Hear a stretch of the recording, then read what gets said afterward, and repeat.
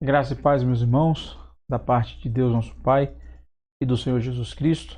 Estamos aqui reunidos para mais um estudo bíblico sobre ética cristã, chegando hoje na aula de número 10, um total de 16 lições, 16 estudos.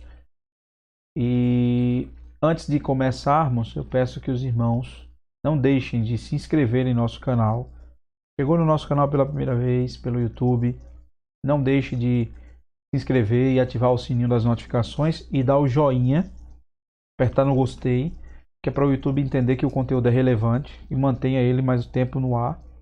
Não deixe de curtir nossa página no Facebook, IBME Oficial, onde também estamos transmitindo esse estudo. E não deixe de nos seguir no Instagram, @IBME, I de igreja, B de bola, M de Maria e E de esperança, @IBME Oficial, certo? Então, aproveita para chamar teus amigos, para chamar teus irmãos, tua família, compartilha esse link com eles, para que possamos estudar um pouco hoje, dando continuidade aos temas de ética cristã. E hoje nós esmiuçaremos o conteúdo da aula passada.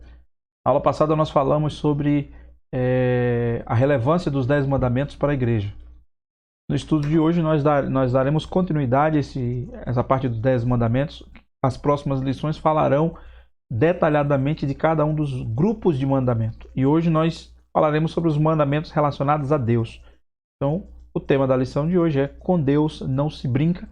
E aí nós vamos falar dos 4 mandamentos que estão voltados para a exclusividade, a incomparabilidade, a santidade de Deus. E aí nós vamos detalhar um pouco mais sobre isso e sobre o dia de descanso, né? Sobre não profanar o nome de Deus, não levar o santo nome dele em vão. Então, esse é o estudo de hoje, que daremos sequência, e espero que a minha oração é que Deus fale aos nossos corações nessa noite, tanto ao meu quanto ao seu que está nos assistindo através desse link, dessa transmissão, dessa live, desse conteúdo digital. Vamos orar ao Senhor nesse momento, pedindo a Deus que Ele nos oriente, nos capacite para discorrer sobre a Sua palavra, para que nós aprendamos juntos. Oremos. Bendito e eterno Deus, nós estamos na Tua presença, te agradecendo pelo dia de hoje, dia este que o Senhor preparou para cada um de nós, dia que o Senhor nos deu força para superar mais um dia de dificuldade em função dessa pandemia. Obrigado porque Tu és a nossa rocha e a nossa segurança. Tu és a nossa fortaleza, Senhor. Muito obrigado porque o Senhor está no nosso barco e o Senhor está nos conduzindo. Perdoa todas as falhas que cometemos neste dia. Corrige as nossas vidas. Nos faz arrepender de tudo que de errado fazemos ou fizemos hoje. Nos ajude para que cada vez mais busquemos uma vida de santidade na Tua presença e não tenhamos prazer na prática do pecado. Sejamos constantemente alertados para vigiar no Senhor. Desperta em nós, Deus, o desejo de buscar a Tua presença todos os dias e de fazer a Tua vontade sempre. Sê conosco nessa noite. Abençoe todos que estão nos assistindo, todos que estão ao alcance desse link de transmissão, todos que estão ao alcance deste estudo bíblico. Seja aqueles que estão assistindo neste momento ao vivo, como aqueles que vão assistir depois, como também aqueles que, por curiosidade, na Tua providência, pesquisarão e encontrarão esse vídeo. Em nome de Jesus, o Senhor possa trazer conteúdo relevante, conteúdo da Tua palavra, conteúdo do Evangelho puro e simples para o coração dessas pessoas. Fala conosco. É tudo que nós te pedimos e te oramos. Em o nome de Jesus. Amém. Não vamos fazer nenhuma leitura devocional agora, porque o estudo, ele discorre com várias referências bíblicas. Então nós vamos direto para o estudo e lá no estudo nós encontraremos referências sobre as quais nós pesquisaremos e nós faremos a leitura em cada um dos pontos em que chegar para consultar essa referência. Amém? Deixa eu mudar a tela aqui para a tela do slide para que a gente já possa colocar o estudo à disposição dos irmãos. Um minutinho. Aqui a lição de número 10, estudo de número 10. Com Deus não se brinca. E o alvo, vou até voltar, o alvo do estudo. Observe o texto passado, Êxodo capítulo 10, capítulo 19. Nós veremos, está aqui a referência, 19 verso 4. E Moisés subiu, não, vistes, versículo 3. E Moisés subiu a Deus, e o Senhor o chamou do monte, dizendo: Assim dirás à casa de Jacó e falarás aos filhos de Israel: Vistes o que fiz aos egípcios, e como os carreguei sobre asas de águia, e vos trouxe a mim. Versículos 10 a 11. Vai ao povo e purifica-o hoje e amanhã, porque no terceiro dia o Senhor, à vista de todo o povo, descerá sobre o monte Sinai. E a terceira referência: guardai-vos de subir ao monte. Todo aquele que tocar o monte será morto. Isto posto, Deus declara finalmente: Eu sou o Senhor teu Deus. Justificadas estão todas as imposições. Observe que nós vamos ter uma proposição de Deus para tomar Israel como sua propriedade peculiar e um comprometimento dessa nação para com Deus na forma como ela se apresentará diante de Deus. Nós temos aqui uma convocação de Deus para com o povo, e aqui a demonstração da grandeza de Deus, de como Deus quer que esse povo se apresente diante dele. Deixa eu só fazer uma mexida aqui no sistema.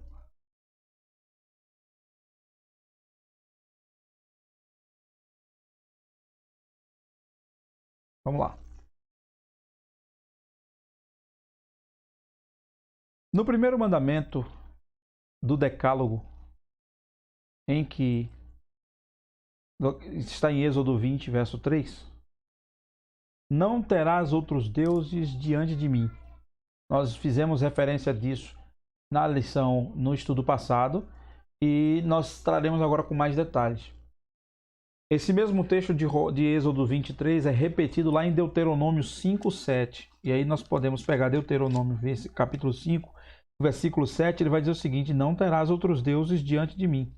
Porque em Deuteronômio, Moisés rememora para uma nova geração que está no deserto, que nasceu e cresceu no deserto, para que ela se preparasse para entrar na terra prometida. Então ele faz a rememoração, rememoriza os mandamentos para essa geração.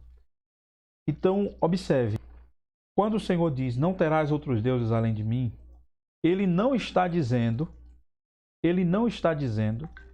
que há outros deuses e que Deus tenha medo deles.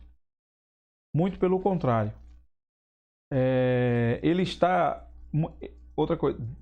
Por quê? Porque é o contrário. Porque Deus não teme o inexistente.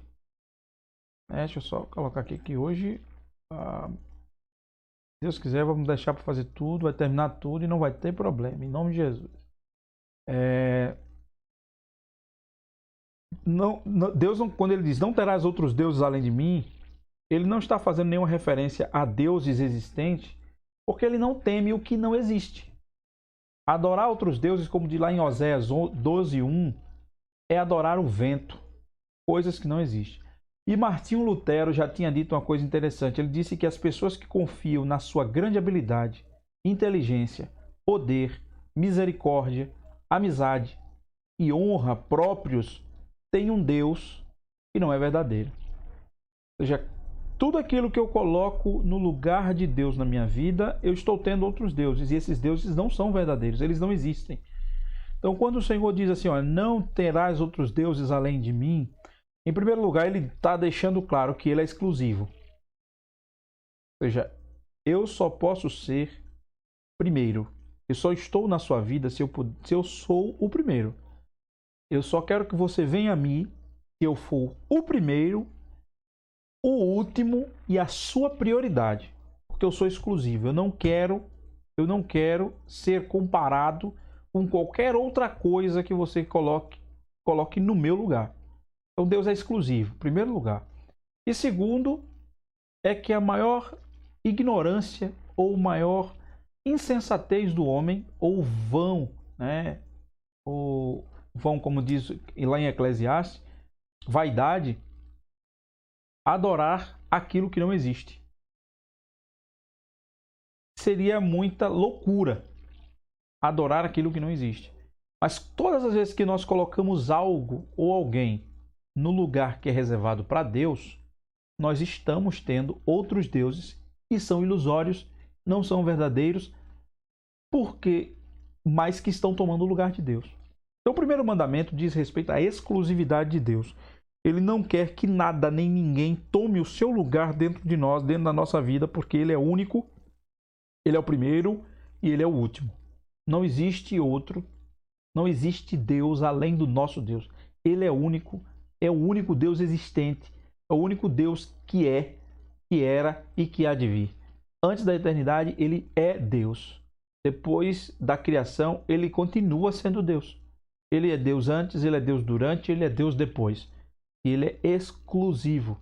Nenhuma projeção, nada neste mundo, o meu ego, o seu ego, nunca será Deus, mas muitas vezes nós colocamos eles no lugar em que deveria ser de Deus. Então, o primeiro ponto é a exclusividade de Deus. Aí, se você colocar aqui uma aplicação, não é incomum ver-se cristãos mais apaixonados pelo esporte ou pelo Santa Cruz, ou outro time de futebol, Flamengo, Corinthians, Náutico, do que pelo Deus Supremo. Quando essas coisas tomam o lugar que deveria ser de Deus, nós estamos adorando outros deuses. Mentirosos, mas são outros deuses. Nós estamos projetando um Deus para adorar. Foi assim que fizeram os judeus quando Moisés estava demorando em receber as tábuas do mandamento. E os judeus fizeram dessa forma. Segundo, o estudo de hoje é bastante conciso, mesmo que nós vamos detalhar cada um dos mandamentos, mas toda a introdução já foi bastante gasta na aula passada, né, no estudo passado.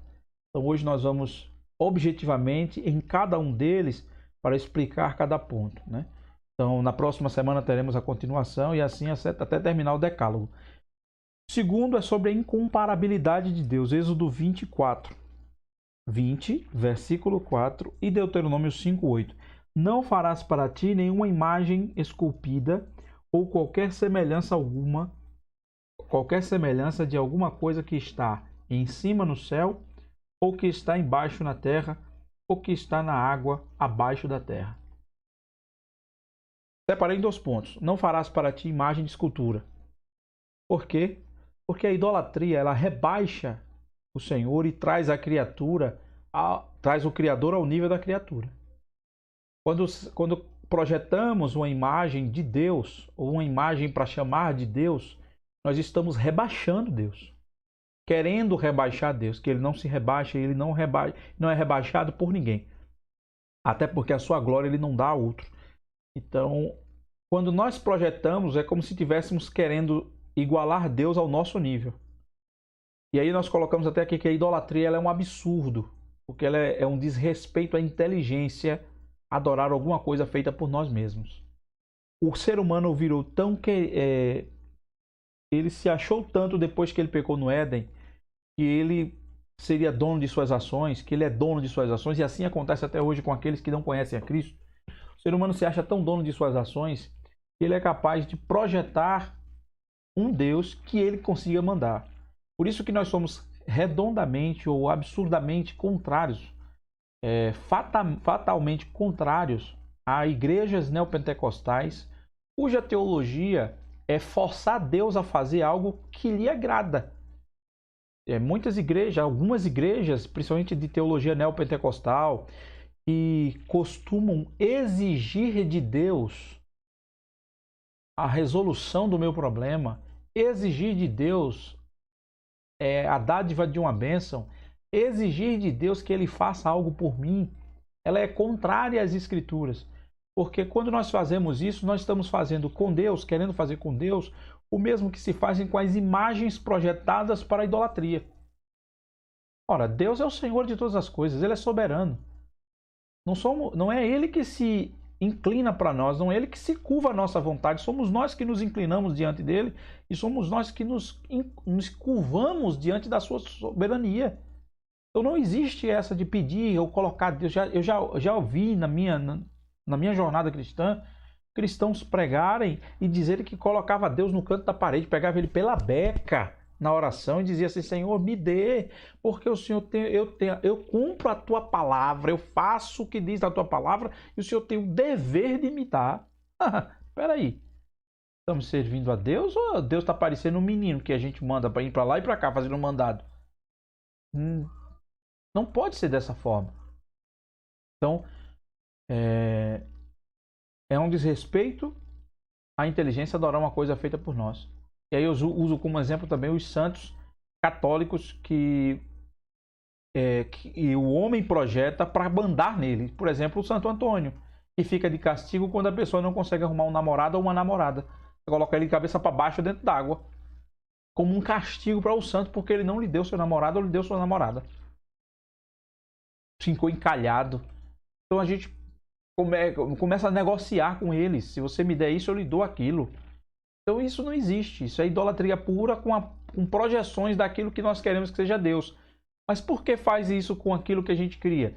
Porque com Deus tem que se curvar à vontade dele. Tem que se curvar o que ele quer e não o que nós queremos.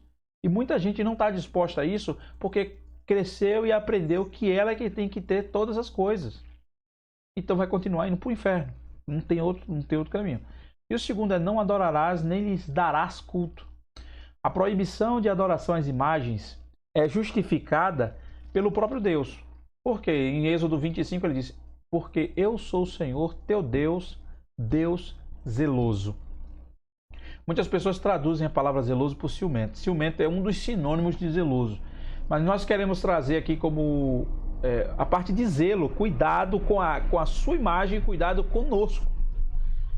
Porque o ciúme, basicamente, ele levado para o lado doentio, ele acaba sendo maléfico. E aí a gente está comparando Deus com a parte ciumenta do homem que está contaminada pelo pecado.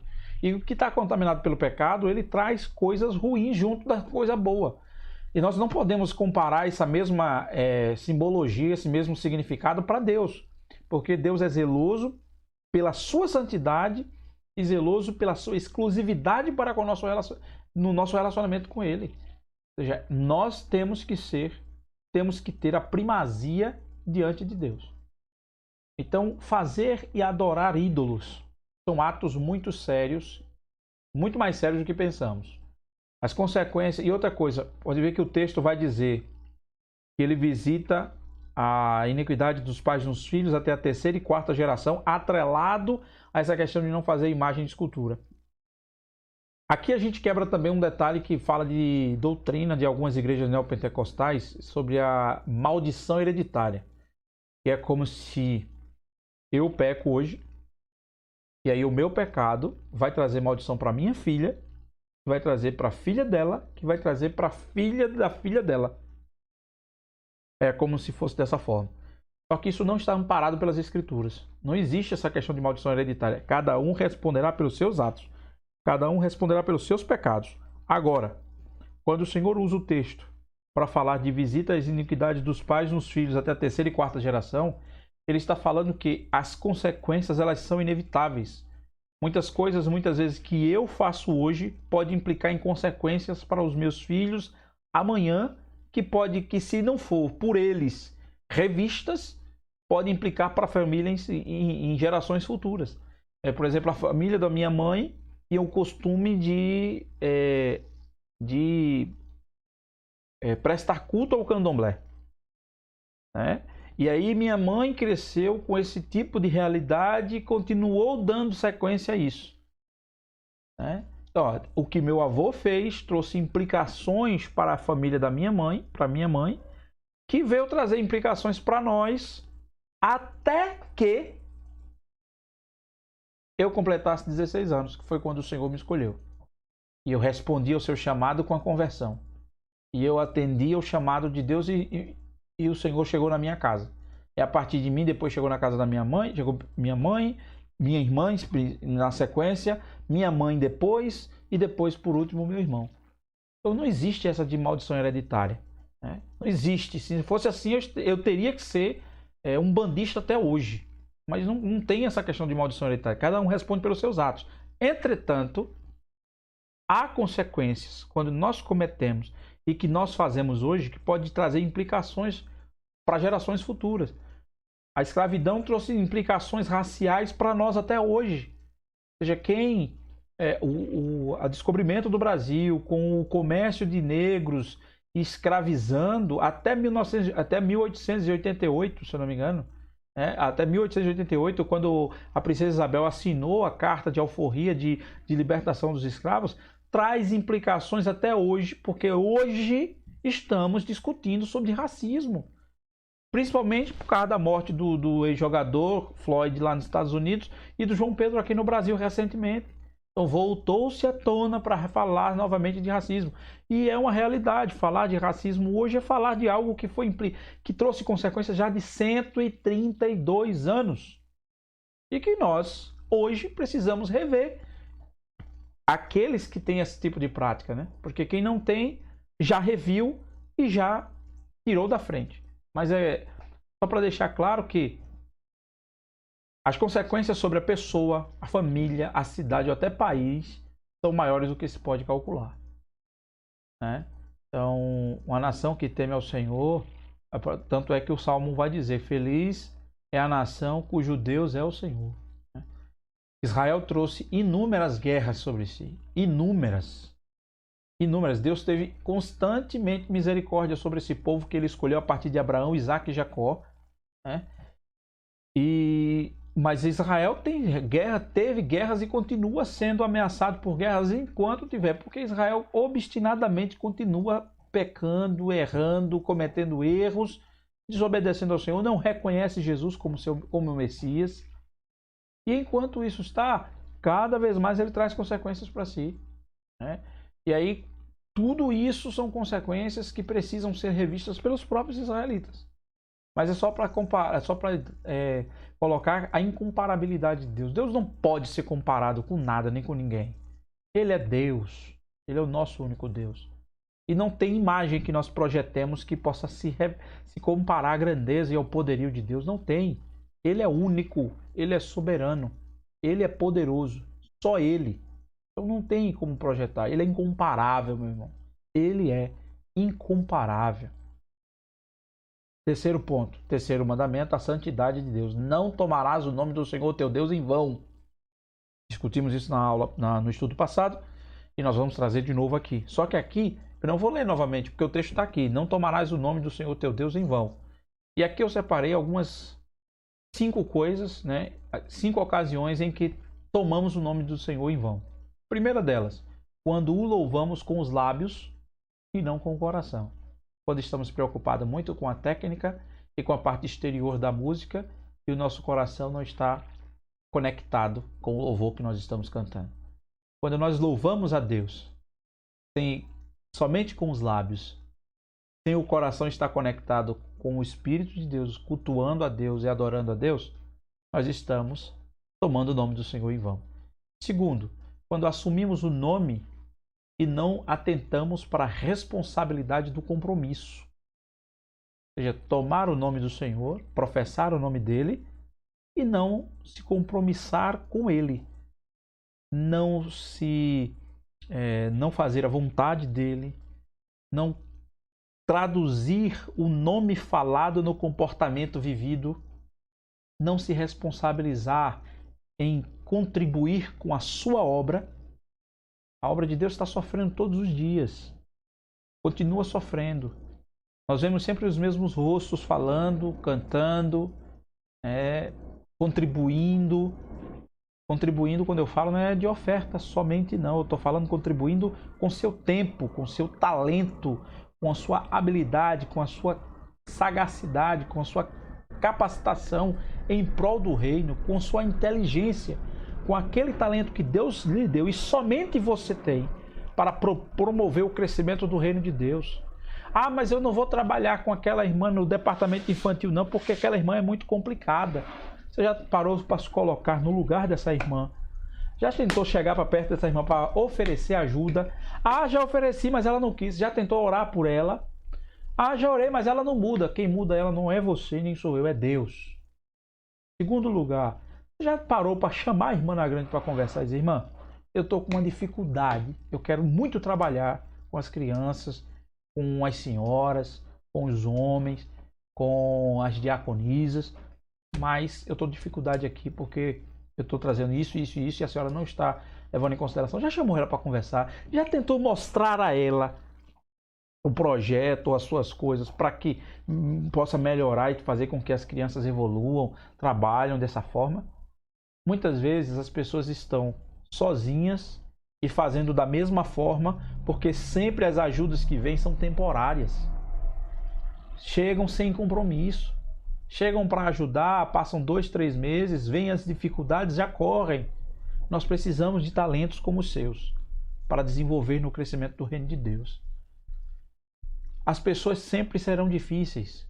Há pessoas que são difíceis e são fáceis de lidar, mas não existe pessoa alguma que seja difícil quando a oração está no meio, quando nós oramos a Deus por ela, quando nós pedimos, porque Deus sabe, porque Deus entende e Deus quer que o seu povo se entregue para Ele, para fazer a vontade dEle.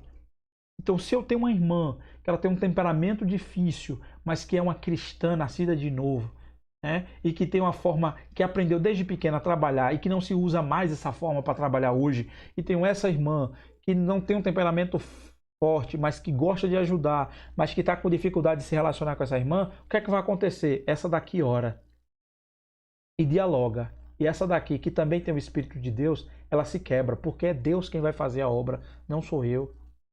Agora, o que é que acontece muitas vezes? Eu tenho aqui muita habilidade para fazer, essa irmã que está na frente há muito tempo e ela tem um temperamento difícil, o que é que eu faço? Eu venho aqui uma vez, eu venho aqui 2 vezes, eu venho aqui 3 vezes, já faço, essa irmã não quer conversa. Então eu desisto. E fica onde? Em casa, sentadinha no seu banco, caladinha, sem fazer nada, só recebendo. Isso é tomar o nome do Senhor Deus em vão. Insista, porque é para o reino de Deus, não é para você, não é para a irmã. É para o reino de Deus. Então insista. Para você ter ideia, eu vou dar um testemunho próprio aqui. Quando eu me converti, com 16 para 17 anos, e com 1 ano eu já estava, a igreja era congregação, e eu estava trabalhando com os jovens, junto com o Nicodemos, que era o presidente da mocidade, e eu já estava trabalhando na parte do louvor.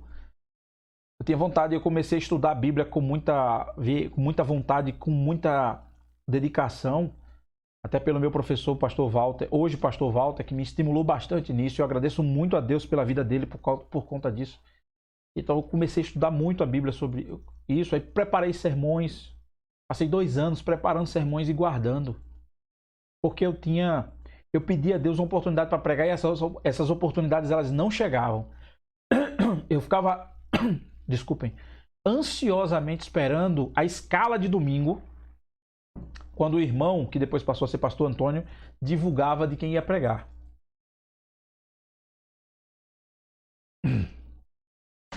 E todos os domingos eu ficava esperando meu nome aparecer na escala de pregação. E eles não apareciam. Eu dizia comigo mesmo, eu dizia a Deus, eu não vou pedir oportunidade. Ela vai chegar no tempo que o Senhor achar que deve chegar. E continuava preparando sermões. Você tem 2 anos, aí fui para o 3º ano, recebi uma oportunidade aqui, pregar num culto na rua, ia lá, pregava. Aprendi que a pregação era para Deus, então não importa se tivesse 1 pessoa ou 1000 pessoas, era com a mesma intensidade. Então eu pregava com a mesma intensidade, porque eu tinha consciência de Deus de que em algum lugar, ao alcance daquele som, alguém poderia escutar aquela mensagem, Deus poderia usar aquela mensagem para falar ao coração de alguém, que na minha frente não estava aparecendo. Então, preparei sermões por 2 anos, passei a ter quase 20 sermões, 30 sermões guardados para pregar. As oportunidades começaram a chegar em outras igrejas, eu ia pregava, pessoas gostavam, se diziam que estavam ouvindo, não ficava pedindo na minha igreja. Chegou um tempo que eu comecei a pregar muito em igrejas fora e não conseguia pregar na minha igreja. Chegou o momento de eu ficar me questionando por que isso não acontecia.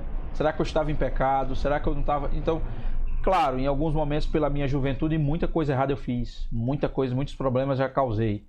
Né? Mas eu ficava esperando. Eu não pedia e eu sabia que no tempo certo Deus me daria a oportunidade de pregar. Como essa oportunidade chegou e começou a chegar com muita frequência, Mas eu estava me preparando na surdina e querendo. Mas nem por isso eu fiquei quase sentado no banco esperando só isso. Enquanto a oportunidade de pregar não chegava, eu ensaiava no louvor, ensaiava as senhoras, quando ensaiava os jovens, ensaiava a mocidade, os adolescentes. Tinha cargo de professor de escola dominical na congregação e na igreja sede. Era um domingo na congregação, outro domingo na igreja sede. Era trabalhando, fazia peça, fazia jogral não, fazia peça, peça teatral, fazia coreografia, cheguei ao ponto de fazer coreografia, não faço mais não, e não quero nem ter foto daquela época, beleza? Mas tudo bem, mas fazia coreografia, cantava em coral na igreja sede, cantava no Vocal Renascer, trabalhava, enquanto me preparava para quando a oportunidade de pregar chegasse, eu estivesse pronto. Não sou melhor do que seu ninguém, sou um cristão igual a você, cheio de defeitos, mas eu aprendi desde cedo que para Deus nós temos que fazer o melhor e estar sempre pronto para fazer a sua vontade, sempre. Ah, mas a irmã é muito difícil. Eu encontrei vários irmãos difíceis, vários irmãos casca-grossas, vários irmãos de ruinzinho de trabalhar. Tem irmão que até hoje é ruim de trabalhar, mas nem por isso eu esperei ele ceder para eu fazer, porque não é para o homem, é para Deus que nós trabalhamos, é para Ele. E se é para Ele, temos que dar o melhor e contribuir com o talento que Ele nos deu. Ele nos deu o talento, não foi para enterrar na terra. E sabe quando é que a gente enterra na terra? Quando a gente fica no banco, trava, não faz nada. A gente está enterrando o nosso talento. Isso é tomar o nome do Senhor Deus em vão. Terceiro ponto. Quando pensamos de nós acima do que convém. Quando nós nos achamos a última Coca-Cola do deserto, a última tampa do pote, sei lá, alguma coisa desse tipo. Quando nós nos achamos mais do que nos convém, nós estamos tomando o nome do Senhor Deus em vão. Porque Ele nos fez propriedade sua para que Ele fosse glorificado em nós. Então, o que nós achamos de nós é fruto do nosso relacionamento com Deus. Tudo que eu sou, tudo que eu tenho, tudo que eu faço é de Deus e para Deus. Quando eu não penso dessa forma, eu estou tomando o nome do Senhor Deus em vão. Quarto, quando professamos a fé e não exibimos frutos dignos dessa fé. É aquilo que nós falamos anteriormente. Quando as minhas ações não estão conectadas com a minha fala. Quando isso não acontece, eu estou em desacordo com a vontade de Deus. Eu estou em desacordo com o que Deus está nos ensinando. Só pegar aqui, porque validar se estamos com tudo funcionando.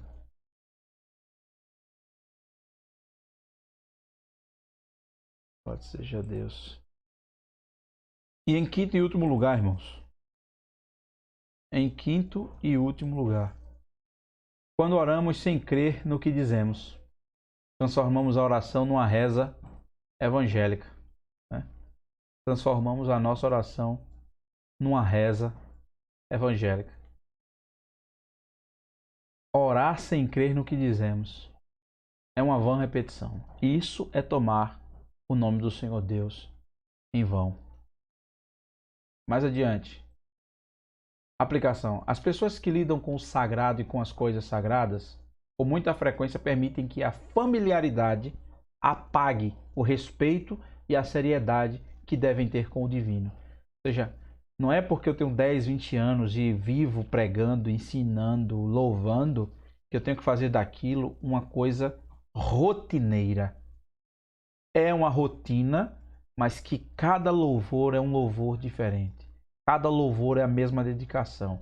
Cada pregação é a mesma. Eu não posso me escorar no tempo que estou pregando na igreja para dizer que já posso pregar por experiência. Não. O friozinho na barriga tem que continuar, porque nós estamos pregando sobre as verdades de Deus e não nós.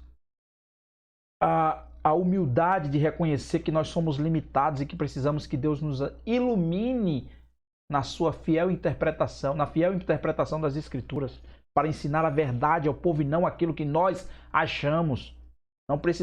Não podemos confundir Bíblia com aquilo que eu acho que é Bíblia.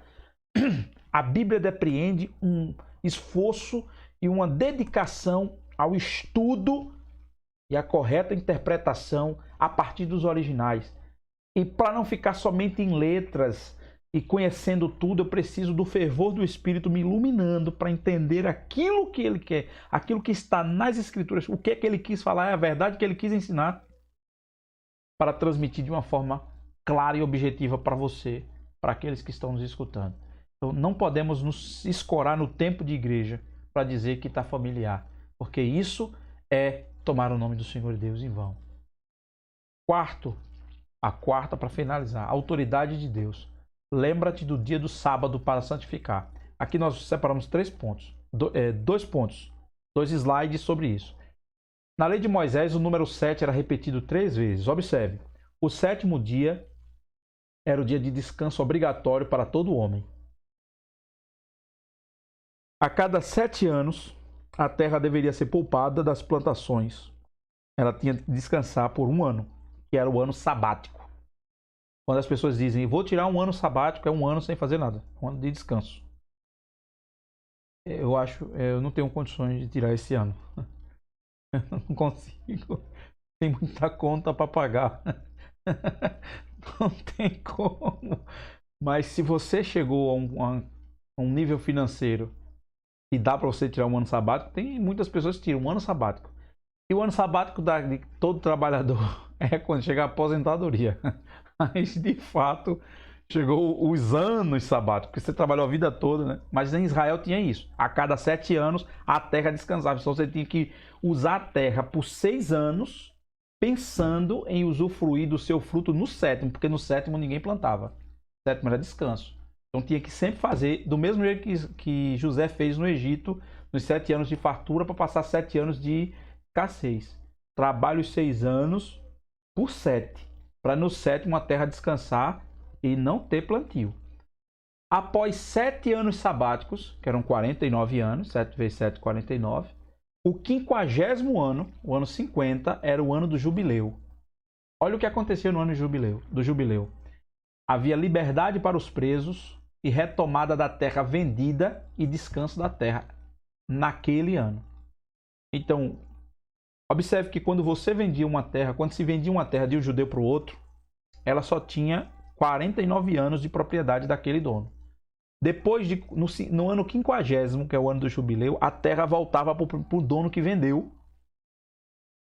Os presos dos povos lá em Israel eram libertos, os escravos eram soltos e a terra descansava. Era o ano do jubileu. Por isso que muitos vai falar do escravo de orelha furada, porque quando você libertava o escravo ele não tinha para onde ir muitas vezes, tinha feito família e ele optava, em vez de ir para o mundo sem ter onde morar e com quem trabalhar, ele escolhia continuar com seu dono, só que de forma voluntária. E aí ele trabalharia, receberia salário, e aí passaria a viver nas terras daquele dono, trabalhando para ele agora de forma remunerada. Então ele tinha que esperar 49 anos para no 50º ele ser liberto. Nós evangélicos guardamos o domingo, e aí eu queria apresentar para vocês as razões por que os evangélicos guardam o domingo em vez do sábado. Acontece que o sábado, os fariseus colocaram tanto legalismo no sábado e eles acabaram virando uma oportunidade para legalizar as coisas, para ser somente a letra da lei. E aí os cristãos evangélicos costumam guardar o domingo. E quais as razões para isso? E aqui eu apresento 5 delas. A razão fundamental é que Cristo ressuscitou num domingo, está aqui em João 21. Segundo, Cristo apareceu ressurreto aos discípulos num domingo, João 20, 19.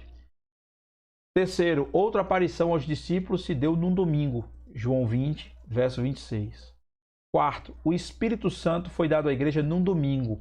O dia de Pentecostes acontecia 50 dias após o domingo da Páscoa.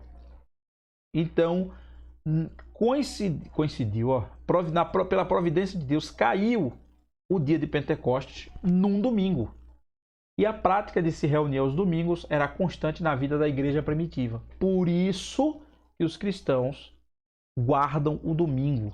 Esse domingo é para descansar e para adorar a Deus, para cultuar a Deus, para louvar a Deus, para servir a Deus.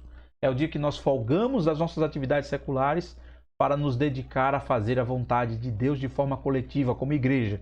Escola dominical, culto à noite, e tem igrejas que tem culto pela manhã, culto de noite, aí ou vai para um ou vai para o outro, tem a escola bíblica, tem ensaios, geralmente tem igreja que tem a programação o dia todinho, porque é o dia que todo mundo pode se reunir, então é o dia que na minha época de juventude mesmo era escola dominical, aí 10h30 terminava, começava o ensaio do vocal renascer, eu ia ficar até 1h, meio-dia, 1h, ia para casa, almoçava, voltava 3h da tarde, ensaio do conjunto de louvor, e aí de 3h para cantar com o conjunto ou com o grupo de coreografia, de noite tinha culto. Era domingo assim, para se dedicar e trabalhar para o reino.